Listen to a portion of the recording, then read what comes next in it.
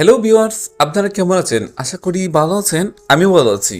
তো বন্ধুরা, আজকে আমি হাজির হয়েছি আপনাদের প্রিয় সিরিয়াল কুসুম সিরিয়ালের নতুন আপডেট নিয়ে।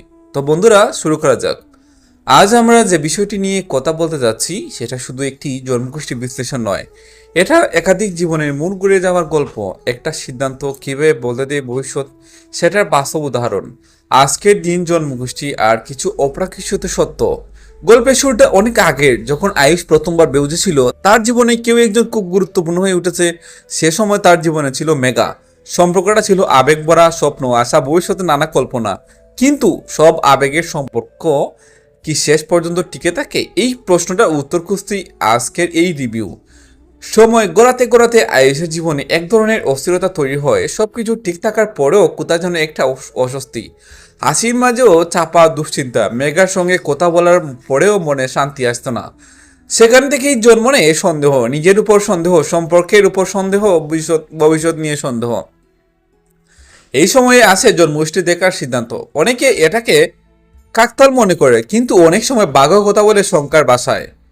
গ্রহের বাসায় আয়ুষের জন্মগোষ্ঠী বিশ্লেষণ শুরু হতেই প্রথম যে বিষয়টা সামনে আসে সেটা হলো দেরিতে স্থির হওয়ার সম্পর্ক। তার জীবনে প্রেম আসবে যাবে, কিন্তু যেটা স্থায়ী হবে সেটা হঠাৎ করেই হবে। মেগার গোষ্ঠীর সঙ্গে মিলিয়ে দেখা যেতেই শুরু হয় দ্বন্দ্ব। গ্রহের অবস্থান বারবার ইঙ্গিত দিচ্ছিল টানাপূরণের দিকে। আবেগ বেশি, স্থায়িত্ব কম, একসাথে থাকার চেষ্টা থাকবে, কিন্তু মানসিক দূরত্ব বাড়বে। এই জায়গাতেই গল্পে আসে কুসুম। কুসুম কোনো নাটকীয় প্রবেশ নয়, কোনো প্রেমের গল্পের মতো জল তোলা আসা নয়।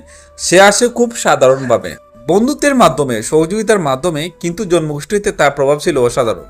কুসুমের জন্ম চোখে স্পষ্ট দেখা যায় স্থায়ী সম্পর্কের যুগ, ধৈর্য, সহনশীলতা, বাস্তববোধ। সে এমন একজন মানুষ যে সম্পর্ককে ধরে রাখে দায়িত্ব নিয়ে, শুধু আবেগ দিয়ে নয়। আয়ুষ আর কুসুমের জন্মগোষ্ঠী মিলিয়ে দেখার দিনটাই ছিল আজকের দিন।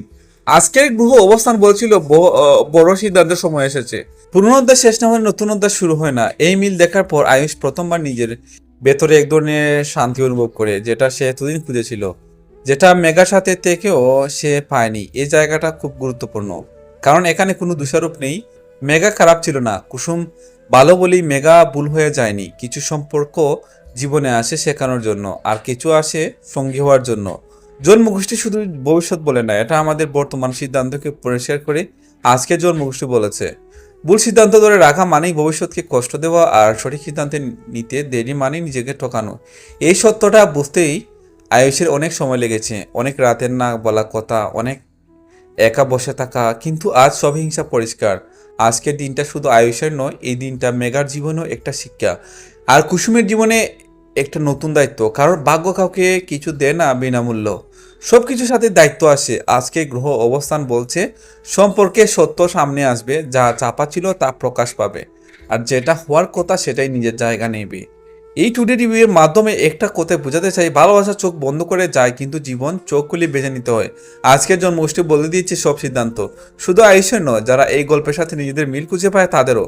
আপনার জীবনেও কি এমন কোনো সিদ্ধান্ত ঝুলে আছে যেটা নিতে ভয় পাচ্ছেন, নাকি সময় এসে জন্মগোষ্ঠীর মতো সত্য মুখোমুখি হওয়ার? মতামত জানাতে ভুলবেন না। এবং বাস্তব গল্প আরও পেতে আমাদের সাথেই থাকুন। ধন্যবাদ।